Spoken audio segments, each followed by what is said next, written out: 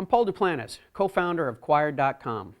I want to talk about one word that pretty much will define Quire.com and quite possibly defines where businesses are today and where they're going to be in the future.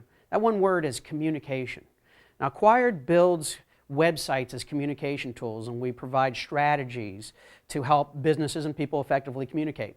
But more importantly, let's not talk about Quire. Let's talk about the word communication and how that is going to impact your business.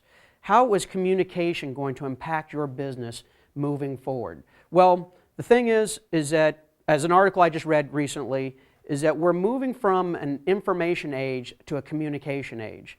We have all these tools around us, and I'm sure you're familiar with these tools. You're familiar with Twitter, you're familiar with Facebook and YouTube and iTunes and blogging. And I know there's a lot of you out there that maybe don't know the ins and the outs of it, but the more or less what's happening is that there is a shift in communication, how we communicate because of these tools. And we've really seen this only over the last 3 or 4 years. And the next 2 or 3 years is going to be, we're going to see a lot more changes. And what it's doing, though, is it's changing the behavior of your consumer, of consumers in general, of people in general. They now have more tools to be able to discover information. And it's actually throwing off a lot of industries. It's throwing off the news industry. It's really impacting the movie industry, the music industry, newspapers, magazines, you name it. The fact that these tools are out there and the fact that the consumers' behaviors are changing is throwing everything off. How businesses in the past have been able to communicate and find good customers is changing. It's just completely a sea change. And how, as a business owner, are you going to deal with that? Well, the first thing is you need to recognize that it is built on communication. Everything that is changing revolves around communication. How we effectively communicate to be able to inspire people to learn more about what we do. In days of old, traditional marketing, run a yellow page ad, run a brief 30-second TV spot. The new technologies, you've got TiVo. People are fast forwarding. I do it. I fast forward through the commercials, and I'm doing it not because I'm lazy, because I want to get the information that I want to find. I want to be entertained. I want to learn. I want to fast forward through the commercials. Now, whether that's right or wrong, it doesn't matter. It's just that these changes are here. There's nothing as a business owner that you can do about it other than the fact of learn how to be a part of it. So when we talk about blogging, what are your competitors doing? Now, the thing is, you might be a business owner that's really using these tools and embracing them. That is great.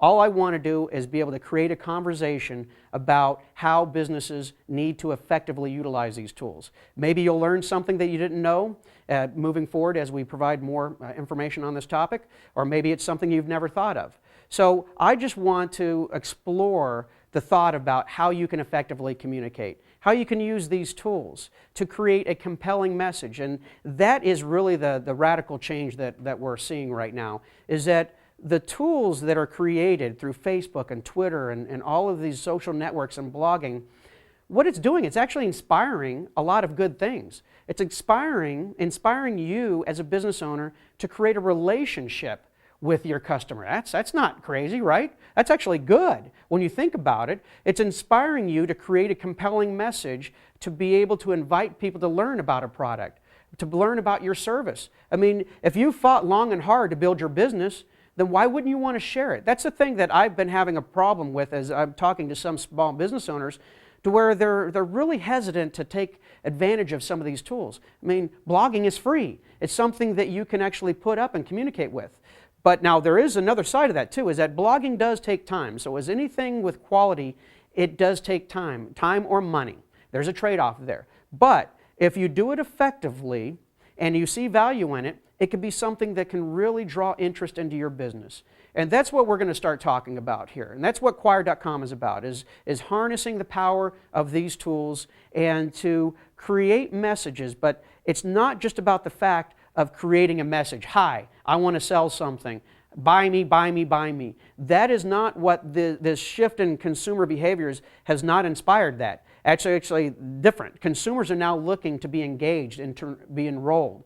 So when you're blogging, just consider consider areas that might be of interest to your consumers, to your customers, things that you've been involved with, maybe an event that your companies have been involved with, maybe interviewing the CEO. There's a number of different things that you can do, and they're great little tools to be able to inspire a conversation. And then there's all these channels that you can distribute this message on, whether it's YouTube, Facebook, Twitter, LinkedIn. LinkedIn is a great strategy for business owners. So there's some compelling things out there, and there's some great tools for you to engage with to be able to share your message. It's a way of the future. That's not changing. The cat's out of the bag. We're moving towards more of an engaged society where we're sharing information, inspiring feedback, and it's healthy. It's healthy to build relationships with your consumers. It's healthy to build relationships with your staff and management team. So they're great tools, and I'm excited to be talking about more of this with you in the future. Thank you.